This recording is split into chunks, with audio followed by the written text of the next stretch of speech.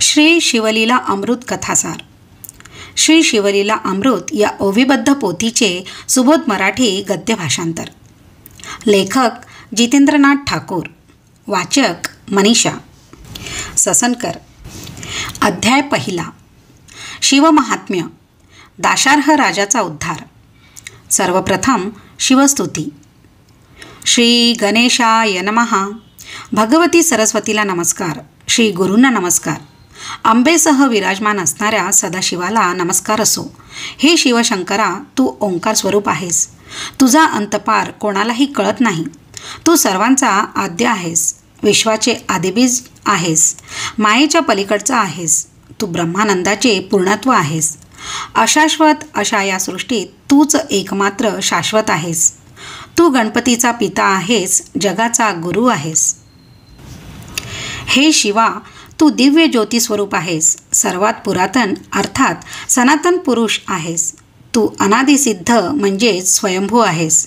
तू आनंदरूपी वनात नित्य विहार करतोस. तू त्रिगुणात्मक मायेचे चक्र अव्याहत चालवितोस.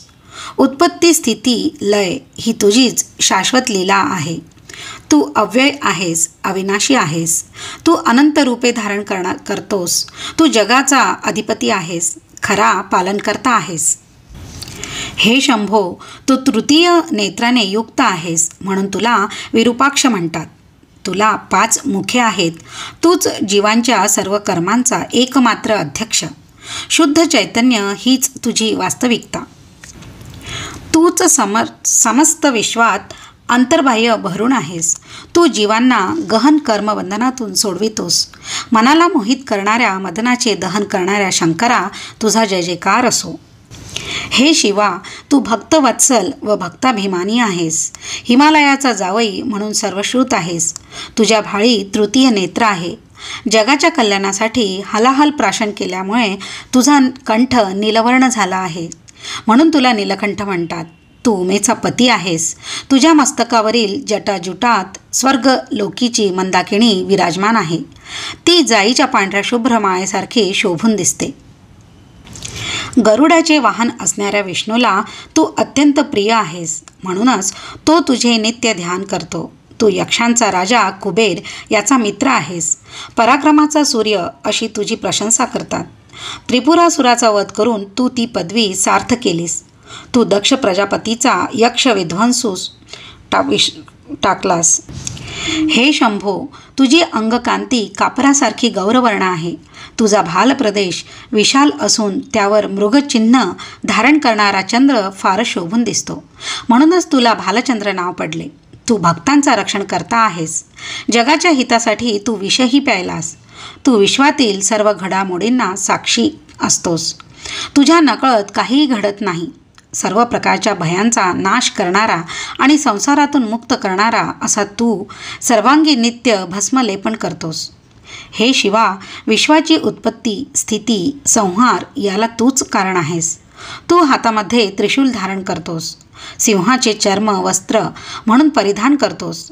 तू देवांचा सेनापती स्कंद म्हणजे कार्तिकेय याचा पिता आहेस. तुझ्या मुखावर सदा सुहास्य विलसत असते. तू म्हणजे मायारूपी अरण्य जाळून टाकणारा अग्नी. तू म्हणजे ज्ञानाचे सघन रूप. तू म्हणजे सच्चित आनंद स्वरूप ब्रह्म. तू निर्मळ आहेस. परमशांती तुझ्या अंतःकरणात वास करते. तू म्हणजे कधीही विचलित न होणारे तत्व. जगाचे कल्याण करणारा म्हणून तुला शिव म्हणतात. तू या संपूर्ण विश्वाला सर्व काळ अंतर्बाह्य व्यापून आहेस. कोट्यवधी सूर्यानेवढे तुझे कधीही तेज कमी होत नाही.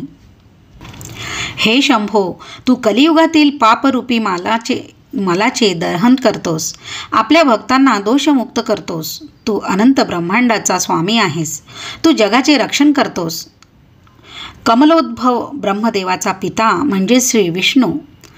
त्याचे मन तुझ्या ध्यानात रमते. तू जीवांना जन्ममरणाच्या फेऱ्यातून सोडवितोस. त्यांना मुक्ती देतोस.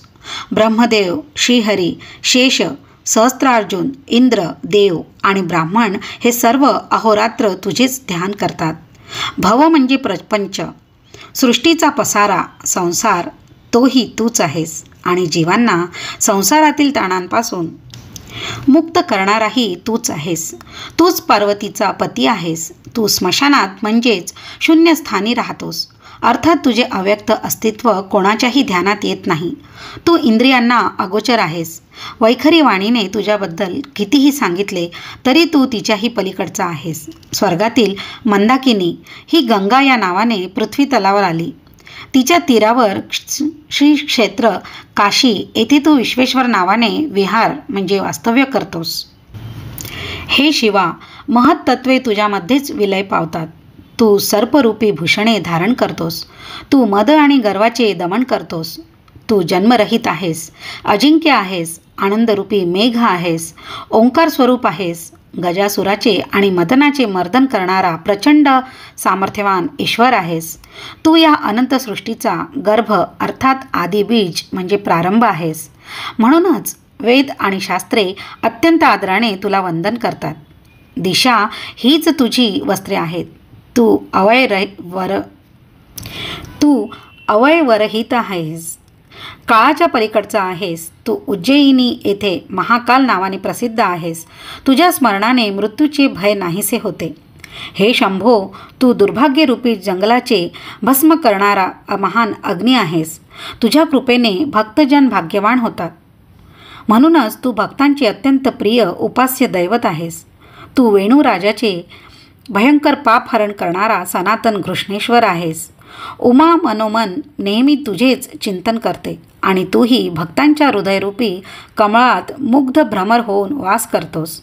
हे भाळी चंद्राकोर धारण करणाऱ्या शंकरा, तू सौराष्ट्र देशात सोमनाथ या नावाने अधिष्ठित आहेस.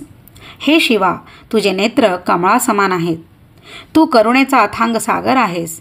तू रुद्राक्षांची भूषणे धारण करतोस. तू महाकाय आहेस. तुझे रूप भयंकर असले तरी तू अपार तपश्चर्या करणारा सर्वश्रेष्ठ तपस्वी आहेस. तू भीमाशंकर या नावानेही प्रसिद्ध आहेस. नामांना अंकित करणारा, नागभूषणे व नागेंद्राची कुंडले धारण करणारा, नागचर्म परिधान करणारा, नागांचे रक्षण करणारा असा तू गणपतीचा जनक नागनाथ हे नाम धारण करून ज्योतिर्लिंग स्वरूपात राहतोस. हे शंभू महादेवा, इंद्र हा वत्रासुराचा शत्रू. त्याचा पराभव करणाऱ्या मेघनादाचा पिता रावण, त्याला तू वरदान दिलेस. बाणासुरही तुझी प्रेमाने भक्ती करतो. पंचबाण मिरविणाऱ्या मदनाचा तू अंत केलास. तू भवरूपी रोगावर उपचार करणारा निष्णात वैद्य आहेस. त्रिपुरासुराचा वध करणारा अत्यंत अद्भुत असा तू वैद्यनाथ नावाने प्रख्यात आहेस. हे त्रिलोचना, तू त्रिगुणांच्या पलीकडचा आहेस. अधिदैविक, अधिभौतिक व आध्यात्मिक असे त्रिविध ताप शांत करणारा आहेस. तू स्वगत, सजातीय, विजातीय अशा त्रिविध भेदांनी रहित आहेस. त्रिविध दोषरूपी अग्नी शांत करणारा आहेस. म्हणूनच तुला त्र्यंबक म्हणतात. तू अत्यंत करुणा येणारा आहेस. तू म्हणजे कामरूपी हत्तीचे विदारण करणारा सिंह. तू म्हणजे कृपेचा अथांग सागर. तू म्हणजे जगाच्या आनंदाचे मूलस्थान. तू हिमवताच्या कन्येचा पती आहेस. तू हिमालयात वास करतोस. हिमकेदार नावाने अत्यंत प्रख्यात असा तू नित्य अभिनव रूपात दिसतोस. हे शिव महाप्रभू, तू 5 मुकुट धारण करतोस. मायेची मलिनता दूर करतोस. आदी मध्य अंत रहित असता तू श्री शैलपर्वतावर मल्लिकार्जुन नावाने वास करतोस. तुझे श्रेष्ठत्व जाणून वेद अहोरात्र तुझेच गुणगान करतात. तू इंद्रांचा शत्रू मेघनाथ याचा पिता जो रावण, त्याला मारणाऱ्या रामाला अत्यंत प्रिय आहेस. तो दशरथनंदन तुझ्या समोर हात जोडून जेथे उभा आहे तेथे तू रामेश्वर नावाने जगद्गुरू म्हणून नित्य अधिष्ठित आहेस. शिव महात्म्य. हे शंकरा, अशा प्रकारे तू सर्वोत्तम असून तुझे अतर्क्य महात्म्य वेदशास्त्रांनाही वर्णन करता येत नाही. ब्रह्मानंदाचा शिष्य कवी श्रीधर हे प्रांजळपणे मान्य करतो. तो म्हणतो, हे देवादिदेवा, तू गुणांचा इतका अथांग सागर आहेस की त्यात बुद्धी, चित्त व तर्क कितीही पोहले तरी त्यांना त्याचा पार लागणे केवळ अशक्य. हे प्रभू, सुवर्ण पर्वतासह पृथ्वीचे वजन करण्यासाठी एवढा मोठा तराजू मी कोठून आणू? आकाश साठवून ठेवण्यासाठी भांडे कोठून आणू? समुद्राचे पाणी आणि वाळूचे कण कोणत्या मापाने मोजू? सूर्याला पाहण्यासाठी कोणता दिवा आणू? हे आदिनाथा, पृथ्वीचा कागद करून आणि पर्वत प्राय काजळ समुद्राच्या दवतीत मिसळून शाई बनविली आणि तीत कल्पवृक्षाची लेखणी बुडवून स्वतः सरस्वती जरी लिहावयास बसली तरीही तिलाही तुझे महात्म्य लिहिता येणार नाही. जेथे शारदेची ही अवस्था तेथे माझे काय? मी तर एक पामर, तुझी थोरवी सांगणारी ग्रंथरचना कशी करू? पण हीच गोष्ट तू स्वतः सिद्धीस न्यायची ठरवून माझ्यावर कृपा केलीस तर अशक्य ते काय? हे ईश्वरा, तू दीनबंधू आहेस, करुणा सिंधू आहेस. द्वितीयेच्या इवल्याशा चंद्रकोरीला लोक भावभक्तीने जीर्ण वस्त्रांची चिंधी वाहतात, त्याप्रमाणे मी अल्पमतीने तुझे गुणगान करणार आहे. सत्यवतीचा महाज्ञानी पुत्र व्यास हा तुझे महात्म्यरूपी आकाश भेदीत गेला होता, पण त्यालाही त्याचा अंत लागला नाही, म्हणून तो विनम्र भावाने तटस्थ राहिला. मी तर मंदगती पामर आहे, तुझ्या थोरवीच्या आकाशात कसा संचार करणार? पण तरीही प्राप्त जन्माचे सार्थक व्हावे म्हणून मी तुझ्या गुणांच्या सागरात मासा होऊन विहार करणार आहे. माझ्यावर तुझी कृपादृष्टी असू दे. शंकराचा आशीर्वाद. तेव्हा श्रीधर कवीने केलेली स्तुती व ग्रंथनिर्मिती विषयक त्याचे मनोगत ऐकून दक्षकन्येचा पती श्री शंकर अतिशय संतुष्ट झाला व म्हणाला, तू माझ्या अद्भुत लीलांचे वर्णन करणारा श्री शिवलीला अमृत ग्रंथ लिहिण्यास प्रारंभ कर. त्यात मी प्रासादिक रसपरिपोष करीन. पंडित जसा लहान शिवशिवचा हात धरून त्याला अक्षरे लिहावयास शिकवितो, तसा मी तुझ्या मुखाने माझे समस्त गुण वदवीन. श्रोते हो, व्यासांनी स्कंदपुराणातील ब्रह्मोत्तर खंडात शिवलीलांचे वर्णन केलेले आहे. तोच शिवलीला अमृत ग्रंथ होय. त्याच पवित्र ग्रंथाची कथा मी आपणापुढे सादर करणार आहे, तरी कृपा करून लक्ष द्या. शिवमंत्राचे श्रेष्ठत्व. प्राचीन काळी नैमिषारण्यात फार मोठे यज्ञसत्र चालले होते. त्यावेळी विश्रांतीच्या काळात महामुनी सूत उपस्थित ऋषींना व श्रोत्यांना पुराणकथांच्या माध्यमातून मार्गदर्शनपर उपदेश करीत असत.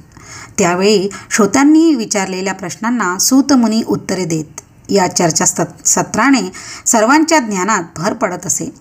एके दिवशी शौनकादी ऋषी सूतांना म्हणाले, हे मुनीश्वर, तू आमच्या चितरूपी आकाशाला प्रकाशित करणारा चंद्रच आहेस. आता आमच्या कर्णरूपी चकोरांना तृप्त कर. तू आपल्या प्रासादिक वाणीने अनेक पुराणे कथन केलीस, भगवान विष्णूच्या लीला सांगितल्यास, दशावतारांचे वर्णन केलेस. महाभारत, रामायण, भागवत हे सर्व ऐकून आमचे कान तृप्त झाले आहे. आता तुझ्या मुखातून अत्यंत अद्भुत असा शिवलीला अमृत ग्रंथ ऐकण्याची इच्छा आहे, ती तू पूर्ण कर. ती विनंती ऐकून तो वेदव्यासांचा शिष्य सूत अतिशय प्रसन्न झाला. श्रोत्यांना उद्देशून तो म्हणाले, शिवचरित्र परम आश्चर्यकारक आहे. त्याच्या श्रावणाने महापापांचे पर्वत जळून भस्म होतात, म्हणून ते लक्ष देऊन ऐका. याच्या श्रवणाने तो श्री शंकर तुम्हाला आयुष्य, आरोग्य, अपार ऐश्वर, उत्तम संतती, संपत्ती, ज्ञान, विवेक असे सर्व काही देईल. तुमचे सर्वार्थाने कल्याणच होईल. शिवचरित्र अत्यंत निर्मळ आहे. ते ऐकल्याने कलिमल नष्ट होतो. सर्व तीर्थयात्रांचे, व्रतांचे व महायज्ञ केल्याचे पुण्यफल प्राप्त होते. सर्व यज्ञात जपयज्ञ श्रेष्ठ आहे. आता कोणत्या मंत्रांचा जप करावा तेही सांगतो. ओम नमः शिवाय हा 6 अक्षरांचा शिवमंत्र सर्वश्रेष्ठ आहे. या मंत्रांचा नित्य जप करावा. नमः शिवाय हा 5 अक्षरी मंत्रही तितकाच प्रभावी व फलदायी आहे. या मंत्राचा जप जीवांना संसाररूपी सागरातून तारून नेतो. म्हणूनच ब्रह्मादी देव व ऋषी याच मंत्राचा जप करतात. या शिवमंत्राच्या पठणा प्रभावाने दुःख, दारिद्र्य, भय, शोक, काम, क्रोध, भेदभाव व पातके यांचा नाश होतो. पाठकाला समाधान प्राप्त होते, धैर्य येते, त्याचे पोषण होते. या महामंत्राचा अगाध महिमा अवर्णनीय आहे. यानेच देवांचे व मुनींचे कल्याण होते. ज्याप्रमाणे नवग्रहात सूर्य श्रेष्ठ आहे, त्याप्रमाणे मंत्रांमध्ये नमः शिवाय हा मंत्र श्रेष्ठ आहे. ब्रह्मा विष्णू यांचाच नित्य जप करतात. शास्त्रांमध्ये वेदांत, तीर्थांमध्ये प्रयाग, क्षेत्रांमध्ये काशी, शस्त्रांमध्ये पाशुपतास्त्र, देवांमध्ये शंकर व पर्वतांमध्ये मेरू पर्वत श्रेष्ठ आहे, तसा मंत्रांमध्ये हा शिवपंचाक्षरी मंत्र श्रेष्ठ आहे. हा मंत्र म्हणजे केवळ चैतन्य असे परमतत्व, साक्षात परब्रह्म. सर्व तीर्थे व्रते याच्यावरून ओवाळून टाकावीत. हा तारक मंत्र म्हणजे आत्मप्राप्तीची खाण, कैवल्य मार्गाला प्रकाशित करणारा सूर्य, अविद्यारूपी घोर अरण्याला जाळून टाकणारा ब्रह्मस्वरूप अग्नी. सनकादिक ज्ञानी याच मंत्राचा जप करतात. स्त्री, पुरुष, गृहस्थ, ब्रह्मचारी, चारी वर्णांचे लोक या सर्वांनी मुख्यत्वे हाच मंत्र जपावा. दिवसा, रात्री, जागेपणी, स्वप्नामध्ये, निद्रा होत असताना, जाता येता, बोलता, भांडता, कार्य करताना या मंत्राचा कोणीही कुठेही कधीही जप करावा. त्याला कसलाही नियम नाही. या मंत्ररूपी सिंहाची गर्जना कानी पडताच दोषरूपी हत्ती जागीच प्राण सोडतात. त्यांचे क्षणार्धात भस्म होते. तो मंत्र म्हणताना न्यास, मातृकान्यास, विशिष्ट आसन यांची काही आवश्यकता नसते. अहो, प्रेमाने नुसते शिव शिव असे जरी म्हटले तरी तो शंकर समोर उभा राहतो. जे या मंत्राचा अखंड जप करतात त्यांच्यावर हा त्रिनेत्र शंकर स्वतःच्या शरीराची सावली धरतो, त्यांचे अहोरात्र रक्षण करतो. या मंत्राच्या उपासकांना तो शंकर मी तुमचा ऋणी आहे असे म्हणतो. पण या महामंत्राचा गुरुकडून विधीपूर्वक उपदेश घ्यावा. गुरु महात्म्य. आता हा गुरु कसा असावा तेही सांगतो. तो ब्राह्मण असावा. तो भगवत भक्ती करणारा, वितरागी, दिव्य ज्ञान असणारा, सर्व कर्मांमध्ये तारतम्याने वागणारा, उदार, दयाळू, मितभाषण करणारा, शांत मनाची अपेक्षा नसणारा, दांभिकपणा नसणारा, अहिंसक व अत्यंत विरक्त असा असावा. सर्व वर्णांच्या लोकांना गुरुमंत्र देण्याचा अधिकार ब्राह्मणांना आहे असे वेदवचन आहे. ते लक्षात घेऊनच श्रेष्ठ गुरूंकडून या मंत्राचा उच्चार ऐकावा. नमः शिवाय हा मंत्र आपल्याला जरी माहीत असला तरी निर्धारपूर्वक गुरुमुखातूनच घ्यावा. मंत्र म्हणता येतो म्हणून त्याचा उगाच जप केला तरी तो निष्फळच होय. जे कामी, क्रोधी आणि मदोन्मत्त आहेत, ज्यांनी गुरुपदेश घेतलेला नाही, त्यांनी कितीही ज्ञान सांगितले तरीही ते व्यर्थच होय. त्यांचे तोंडही पाहू नये. वेदशास्त्रांचे अध्ययन करून ब्रह्मविषयक अपरोक्ष ज्ञान झालेले असले वा संत सज्जन आणि विद्वानांशी त्या संदर्भात कितीही चर्चा केलेली असली तरीही सद्गुरूंशिवाय तो मनुष्य भवसागरातून तरून जात नाही. किंबहुना प्रत्यक्ष देवाने येऊन जरी रहस्यमय ज्ञान सांगितले तरीही सद्गुरूला शरण गेल्याशिवाय तरणोपाय नाही. उपनयन झाल्याशिवाय गायत्रीचा जप करतो तो भ्रष्ट व अपवित्र होय. वराशिवाय वराड असे निरर्थक तसाच हा प्रकार. एखाद्याने अनेक ग्रंथ वाचले तरी त्याचा गर्भवास चुकत नाही. म्हणूनच ज्याला स्वतःचा उद्धार करून घ्यायचा आहे त्याने संप्रदायाची परंपरा असलेल्या सद्गुरूला निर्धाराने शरण जावे. याचा पूर्ण संप्रदाय अर्थात गुरुपरंपरा ज्ञात नाही अशाला गुरु करू नये. जन्मजात अंध असलेल्यास जसे रंगाचे ज्ञान नसते तसाच तो गुरु असो. शिवमंत्राचे पुरश्चरण. शिवमंत्र अत्यंत पवित्र व उद्धारक आहे. त्याचे काशी, कुरुक्षेत्र, नैमिषारण्य, गोकर्ण अशा उत्तम श्रेणी पुरश्चरण करावे. परमपवित्र शिवस्थाने, विष्णुस्थाने येथे या मंत्राचा सप्रेम जप करावा. या संदर्भात एक पुरातन कथा सांगतो, ती ऐका. शिवमंत्राचे महात्म्य सांगणारी ही कथा आस्थेने श्रवण करावी. तिच्या आशयावर चिंतन मनन करावे. तिला अनुमोदन द्यावे. त्यायोगे शिवकृपेने सर्व पापे नष्ट होतील. शिवमंत्राच्या प्रभावाची प्रत्यक्ष अनुभूती येईल. ब्रह्महत्यारा असो, वाटमाऱ्या करणारा असो वा कोणी तामसी वृत्तीचा असो, या कथेच्या श्रवणाने सर्वच पावन होतात. दाशार्ह राजाची कथा. फार पूर्वी मथुरा नगरीत परमपवित्र यादव वंशातील दाशार्ह नावाचा राजा राज्य करीत होता. तो उदार व सुलक्षणी होता. सर्व राजे त्याचे स्वामित्व मान्य करीत, त्याला करभार देत, त्याला वंदन करीत. त्याच्यापुढे नतमस्तक होताना त्या राजांच्या मुकुटातील रत्नांचा प्रकाश दाशार्ह राजांच्या चरणावर पडत असे. त्या राजाने समस्त भूतलावर आपल्या सत्तेचे पांघरूणच घातले होते जणू. त्याच्या यशकीर्तीची धवल पताका शरद ऋतूतील पूर्ण चंद्राप्रमाणे शोभत असे. अर्थात त्याची कीर्ती निष्कलंक व निर्दोष होती. सर्व प्रजाजन व ब्राह्मण त्याच्या कल्याणाचे शुभचिंतन करीत असत. शुद्ध पक्षातील द्वितीयेपासून चंद्राची कला जशी वाढत जाते तसे त्याचे ऐश्वर दिवसेंदिवस वाढत होते. तो विष्णूसारखा सुंदर व तेजस्वी होता. सद्बुद्धीरूपी पत्नीशीच प्रेमळ वार्तालाप करायचा. दुर्बुद्धीरूपी दासीकडे तो ढुंकूनही पाहत नसे. दानरूपी शस्त्राने त्याने समस्त याचकांचे दारिद्र्य नष्ट केले होते. तो परशुरामासारखा महापराक्रमी होता. कुऱ्हाडीचे घाव घातले तरी वृक्ष जसा अचल असतो तसा तो रणांगणात निर्भयपणे उभा राहायचा. शत्रूंना तो प्रलय काळाचा अग्नीच वाटायचा. कोणीही त्याच्यासमोर टिकत नसे. त्याला 14 विद्या व 64 कला अवगत होत्या. त्याचे मधुर व गंभीर बोलणे ऐकून प्रजाजनांना आनंद होई. त्याची अफाट सेना पाहून सागरही भयभीत व्हायचा.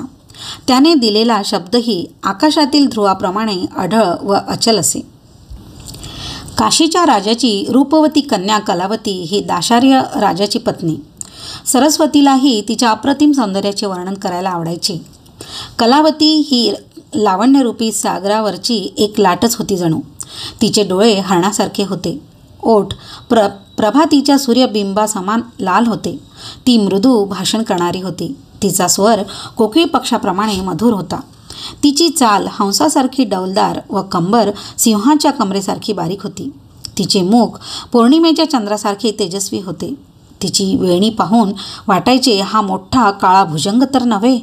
तिच्या सौंदर्यामुळे तिने धारण केलेल्या अलंकारांना शोभा यायची. तिची दात हिऱ्यासारखे झळकायचे. त्यामुळे ती बोलू लागली की भोवताली मंद प्रकाश पडे. ती सर्व कलांमध्ये निपुण होती. त्यामुळे तिचे कलावती हे नाव सार्थ होते. सौंदर्याच्या खाणीतील सर्वोत्तम रत्न अशी ती राणी व्यवहार चतुर व हुशार होती. तिच्या अंगीचा सुगंध सर्वत्र दरवळत असे. तिच्या मुखचंद्राकडे कितीही पाहिले तरी राजाचे समाधान होतच नसे. त्याचे डोळे भ्रमर होऊन तिच्या सौंदर्यरूपी कमळांवर रुंजी घालीत असत. एके दिवशी राजाचे मन सारखे कलावतीकडे धावत होते. तिच्याशी सहवास करण्यासाठी तो आतुर झाला होता. त्याने तिला बोलावणे धाडले, पण ती आलीच नाही.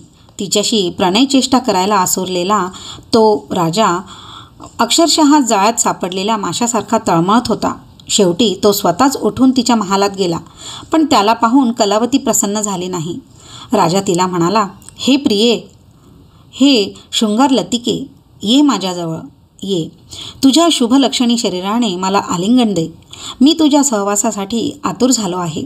मला तुझा अंगसंग देऊन संतुष्ट कर. नाराज करू नकोस. या मिलनातून तुला उत्तम पुत्र होईल. त्याला पाहून सर्वांना अत्यानंद होईल. तेव्हा कलावती म्हणाली, स्वामी, मला क्षमा करा. मला स्पर्शही करू नका. मी तुमची इच्छा पूर्ण करू शकत नाही. राजा म्हणाला, का बरे, माझ्यावरी तू रुसली आहेस का? ती म्हणाली, आपल्या प्रिय व्यक्तीवर कोणी रागवतो का? मी शंकराची उपासना करीत असल्यामुळे व्रतस्थ आहे, म्हणून आपल्याशी रममाण होऊ शकत नाही. राजा म्हणाला, असं काय करतेस? मी तुझ्या सहवासासाठी व्याकुळ झालो आहे ना. तेव्हा राणी त्याला समजावीत म्हणाली, राजन, जरा धीर धरा. माझा व्रतनियम मोडायला सांगू नका. स्त्री जर रोगिष्ट, गर्भवती, ऋतुमती, उपाशी, व्रतस्थ, वृद्ध वा अशक्त असेल तर ती भोगू नये. हे मी आपणास सांगायला नको. पर्वकाळ व व्रतांचे दिवस नसतील तर उत्तम काळी उत्तम भोजन करून मगच स्त्रीसंग करावा. समागमाच्या वेळी स्त्री व पुरुष तरुण, रूपवान व आनंदी असावे. त्यांच्या मनात चिंता, उद्विग्नता असू नये. एकमेकांवर प्रेमवर्षाव करीत सहवासाचा आनंद उपभोगावा. परंतु कामवासनेने अंध झालेल्या दाशारहाने तिचे बोलणे मनावर घेतलेच नाही. त्याने दोन्ही हात पसरून कलावतीला एकदम दृढ आलिंगन दिले. तर काय आश्चर्य, तिला बाहुपाशात घेताच राजाचे अंग पोळले. तो क्षणार्धात तिच्यापासून दूर झाला. त्याला मोठा प्रश्न पडला. त्याने कलावतीला विचारले, राणी, हे काय नवल आहे? तुझे अंग इतके तप्त कसे? कलावती म्हणाली, महाराज, रागवू नका. अनुसूया पुत्र दुर्वास हे माझे गुरु आहेत. त्यांनी मला शिवपंचाक्षरी मंत्र दिला आहे. त्या गुरु पदिष्ट मंत्राचा अहोरात्र जप केल्याने मी पावन झाले आहे. माझे शरीर तप्त नाही, ते तर अत्यंत शीतल आहे. आपले शरीर अपवित्र असेल, आपण अभक्ष केले असेल, आपले आचरण शुद्ध नसेल तर शरीरही विटाळतेच. श्री गुरूंच्या कृपा प्रसादाने मला अंतर्ज्ञान आहे. त्या आधारे मी एवढेच सांगू इच्छिते की आपल्याकडून जप, तप, शिवपूजन, गुरुची सेवा असे कोणतेही कर्म घडलेले नाही. त्यामुळे पुढे आलेल्याला दारुण नरकयातना भोगाव्या लागणार आहेत. हे सर्व टाळायचे असेल तर वेळीच सावध राहा. स्वतःच्या उद्धारासाठी काहीतरी साधन करा. ते ऐकून राजाला फार पश्चाताप झाला. त्याला काहीच बोलवेना. तो कलावतीला म्हणाला, राणी, तू खरोखरच सद्गुणी आहेस. माझ्याकडून अनंत प्रमाद घडले आहेत, हे मी मान्य करतो. तू मला शिवमंत्र दे. त्याच्या जपाने मीही पावन होईल. माझी महापापे जळून भस्म होतील. कलावती म्हणाली, नाथ, मला क्षमा करा. शिवमंत्राची दीक्षा देण्याचा मला अधिकार नाही. शास्त्राप्रमाणे पती हाच पत्नीचा गुरु असतो, हेही आपण जाणता. म्हणून आपण यदुकुळाचे मुख्य गुरु गर्गमुनी यांना शरण जा. त्यांच्याकडून शिवमंत्राची दीक्षा घ्या. ते वसिष्ठ, वामदेवासारखेच श्रेष्ठ ज्ञानी ऋषी आहेत. राजालाही ते पटले. तो आपल्या राणीसह गर्गमुनींच्या आश्रमात गेला. त्या थोर तपस्व्याला वंदन करताना त्याच्या हृदयात अष्टसात्विक भाव दाटून आले होते. तो नम्रपणे म्हणाला, हे मुनीश्वर, मी तुम्हाला शरण आहे. माझ्यावर दया करा. शिवमंत्राची दीक्षा देऊन मला कृतार्थ करा. त्यावेळी त्याचा मनोभाव जाणून गर्गमुनींना करुणा आली. राजा राणीला घेऊन ते यमुना तीरी आले. त्या दोघांना स्नान कराव्यास सांगितले. त्याचे स्नान झाल्यावर त्यांच्यासह एका मोठ्या वृक्षाखाली बसले. तेथे राजाकडून यथासांग शिवपूजन करून घेतले. राजाने गर्गमुनींचीही पूजा केली. त्यांना दिव्य रत्ने व दिव्य वस्त्रे दिली. गुरुदक्षिणा म्हणून अपार द्रव्य दिले. अनन्य भावाने त्याचे पाय धरले व म्हणाला, गुरुदेव, कृपा करून मला अनुग्रह द्या. मला शिवदीक्षा देऊन धन्य करा. खरोखर जे गुरुला शरण जातात, त्यांची सेवा भक्ती करतात, त्यांच्या उपदेशाचे निष्ठेने पालन करतात, ते धन्य होत. पण जे गुरुची वंचना करतात, त्यांच्या नशिबी घोर नरकयातनाच येतात. श्री गुरूंच्या घरी संकट असताना जो सुखविलासात दंग असतो, त्या मतिमंदाला ज्ञान कसे मिळणार? गुरु म्हणजे ब्रह्मानंदाची सजीव मूर्ती. गुरु म्हणजे साक्षात परब्रह्म. जो त्यांची भक्ती करीत नाही तो अधम. काही लोक युक्तिवाद करतात. म्हणतात, तन, मन व धन या सर्व नश्वर गोष्टी आहेत. त्या गुरूंना अर्पण करण्यात काय अर्थ आहे? असे ज्ञान पाजळणाऱ्या षडांना काय म्हणावे? त्या महाचांडाळाचे कधी तोंडही पाहू नये. त्यांची विद्या, त्यांचे ज्ञान, त्यांचे वैराग्य, त्यांची साधना हे सर्व व्यर्थ. त्यांचा धिक्कार असो. असे वक्तव्य करणाऱ्या 4 वेद आणि 6 शास्त्रे जाणणारा विद्वान पंडित जरी असला तरी त्याचे पांडित्य निरर्थकच. गाढव पाठीवरून चंदनाचा भार वाहते, पण त्याला त्याचा सुगंध लागत नाही. पळी षड्रस अन्न वाढते, पण तिला त्याची चव कळत नाही. मापाने तांदूळ मोजले जातात, पण भात खाण्याचे सौख्य त्याच्या नशिबात नाही. घाणा उसाचा रस गाळतो, पण त्याची गोडी चाकतात दुसरेच. पात्रात साखर साठविली जाते, पण त्याला तिची माधुरी लाभत नाही. गुरूंची वंचना करणारेही तसेच असतात. ते आपल्या ज्ञानाचा, आपल्या विद्वत्तेचा गाढवाप्रमाणे व्यर्थ भार वाहतात. गुरुभक्तीत कितीही आनंद आहे हे त्यांना कधीच कळत नाही. गुरुला विन्मुख असणारे ते सर्व अभाविक आणि दुर्जन होत. पण दारशहा राजा तसा नव्हता. तो भाविक, उदार व श्रद्धावंत होता. त्याचा पश्चाताप खरा होता. त्याची स्वतःच्या उद्धाराची तळमळ खरी होती. त्याची शरणता खरी होती. त्याने निर्मळ मनाने श्री गुरूंची षोडशोपचारे पूजा केली व आपले मनोगत व्यक्त करून त्यांच्या सन्मुख हात जोडून उभा राहिला. तेव्हा गर्गमुनींनी त्याला हृदयाशी धरले. आपला वरद हस्त त्याच्या मस्तकी ठेवला. त्याला नमः शिवाय या शिवपंचाक्षर मंत्रांचा उपदेश केला. त्या अनुग्रहाने तो नृपोत्तम धन्य झाला. त्याच्या अंतःकरणातील अज्ञानाचे निरसन झाले. त्याला निजबोध झाला. त्याच वेळी एक आश्चर्य घडले. अत्यंत अद्भुत अशा त्या महामंत्राचे सामर्थ्य तर पहा. गुरुमुखातून शिवनाम श्रवण करताच त्याची धग असह्य होऊन राजाच्या शरीरातील असंख्य पापे कावळ्यांच्या रूपाने त्याच्या देहातून तडफडत बाहेर पडली.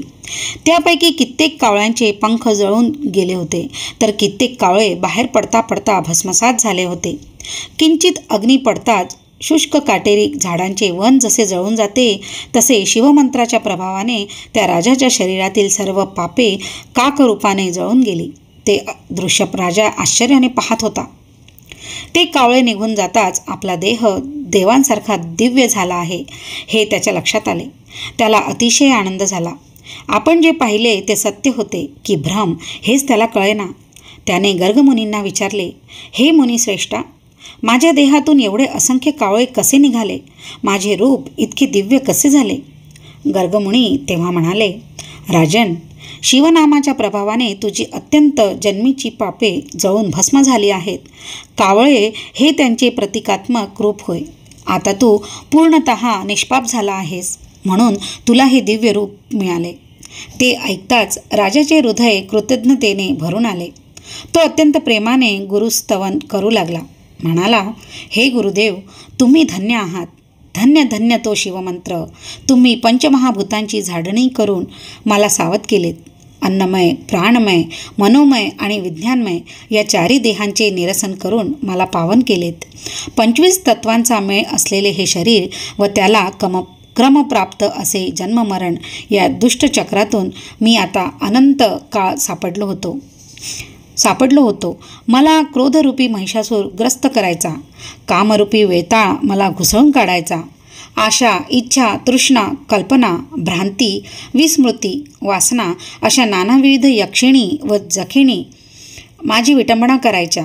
हा सगळा मायेचा पसारा त्याचे तुम्ही क्षणार्धात निरसन केलेत. तुम्ही किती दयाळू आहात. पंचाक्षरी मंत्रही किती श्रेष्ठ आहे. त्याचा उपदेश करून तुम्ही मला उपकृत केलेत. त्या मंत्रप्रभावाने मला सहस्त्र जन्मांचे ज्ञान झाले. मी केलेली सर्व पापे काकरूपाने जळून गेली, तेही मी प्रत्यक्ष पाहिले. प्रत्येक जन्मात मी अनेक दुष्कृत्य केली आहेत. कधी सुवर्ण चोरले, कधी अभक्ष केले, कधी दारू प्यायले, कधी परस्त्रीशी संबंध ठेवले, तर कधी गुरुनिंदेसारखे महापाप केले. गोहत्या, ब्रह्महत्या, स्त्रीहत्या, गुरुहत्या, अधर्मचारण, ब्राह्मणांचा छळ, परनिंदा, पशुहिंसा, अयोग्य स्त्रियांशी गमन, तर कधी धर्माचा लोप केला. काय हे दुष्कर्म! मी मित्रांचा द्रोह केला, गुरूंचा, विश्वासाचा, इतकेच नव्हे तर वेदांचाही द्रोह केला. मी मंदिरे पाडली, कोणाला छळून त्याचा वंशनाश केला. अन्नदान करताना दुष्टाव्याने पंक्तिभेद केला. अधिक अजून काय सांगू! मी शिव आणि विष्णू यांच्यातही भेदभाव मानला. मी दुसऱ्यांचे ज्ञान माझे म्हणून सांगितले. ग्रंथांची चोरी केली, पक्षांना ठार मारले, पाखंड मते मांडून मिथ्यावाद घातला. मी तू असा सतत भेदभाव केला. भ्रष्ट अशा साधन मार्गाचा पुरस्कार केला. मी स्त्रीलंपट होतो, दुराचारी होतो. मी उपकार कर्त्याशी कृतज्ञपणा केला. दुसऱ्यांचे द्रव्य हरण केले. मी भ्रष्ट कर्माचे आचरण केले. तीर्थांची निंदा केली. स्वतःच्या स्वार्थासाठी गुरूंचा छळ केला. माता पित्यांची हत्या केली. दीनदुबळ्यांना मारले. सज्जनांना त्रास दिला. उभी पिके जाळली. गोत्रातील लोकांचा वध केला. प्रत्यक्ष बहिणीला जीवे मारले. सर्वांशी दुष्टपणा केला. कन्या, गायी, घोडे, रस यांचा विक्रय केला. गावेच्या गावे जाळली. भ्रूण हत्या केल्या. अनेकदा आत्मघातही केला. हे गुरुदेव, ही माझी सर्व जन्मजन्मींची महापापे होत. क्षुद्र पापांची तर गणतीच नाही. काहीतरी पुण्य गाठीशी होते म्हणून हा नरदेह लागला. राज्यपद मिळाले. गुरुप्रताप प्रत्यक्ष अनुभवला. सर्व पापातून मुक्त झालो. देह शुद्ध झाला. मन शुद्ध झाले. माझा उद्धार झाला. श्री गुरूंच्या प्रसादाने भवसागर तरलो. अशा प्रकारे दाशार्ह राजाने गर्गमुनींची अपार स्तुती केली. त्यांचा निरोप घेऊन तो मथुरेस आला. राणी कलावती खरोखर चतुर होती. तिने राजाचा उद्धार केला. नंतरच्या काळात तो राजा गुरुपदिष्ट शिवपंचाक्षर मंत्राचा नित्य जप करू लागला. त्यामुळे शिवकृपेने त्याचे राज्य वाढले. तेथे कधीही दुष्काळ पडला नाही. धनधान्याची संपन्नता आली. वैधव्य, अपमृत्यू, रोगराई या गोष्टी हद्दपार झाल्या. लोक सुखी झाले. त्यानंतर कलावतीला आलिंगन देताना त्या राजाला कधीही दाहकता जाणवली नाही. त्याने लोकांना शिवभक्तीला लावले. शिव उपासनेसाठी प्रोत्साहित केले. देशामध्ये घरोघरी शिवपूजन, शिवकीर्तन, रुद्राभिषेक व ब्राह्मण भोजने होऊ लागली. अशा प्रकारे त्या राजाने बहुत काळ सुखाने राज्य केले. प्रजेला आनंदात ठेवले. दाशार्य राजाचे हे आख्यान जे लिहितील, जे ऐकतील, वाचतील, या ग्रंथाचे संरक्षण करतील, त्याच्या पठणाला प्रोत्साहन देतील, त्यांचा प्रपंच सुखाचा होईल. त्यांना कसलीही कमतरता भासणार नाही. श्री शंकर स्वतः त्यांचे रक्षण करील. जे लोक शिवमहात्म्य वर्णन करतील ते धन्य होतील. यापुढील कथा अमृतापेक्षा गोड आणि सुरस आहे. चतुर पंडित, प्रेमळ गुरुभक्त व ज्ञानी जन ती श्रवण करोत. पूर्ण ब्रह्मानंद स्वरूप असा तो शूलपाणी श्रीधर कवीच्या मुखाने स्वतःच ही कथा वदवून घेत आहे, यात संशय नाही. श्रीधराला वरदान देणाऱ्या पांडुरंगानेही आपल्या मस्तकी शिवलिंग धारण केले आहे. ब्रह्मानंद हा परिपूर्ण व अभंग असतो. त्याचा कधीच बेरंग होत नाही. स्कंद पुराणातील ब्रह्मोत्तर खंडात असलेला शिवलीला अमृत हा कथाभाग सज्जनांनी नेहमी श्रवण पठण करावा अशी विनम्र प्रार्थना आहे. येथेच अध्याय पहिला समाप्त. श्री सांब सदा शिवार्पणमस्तु.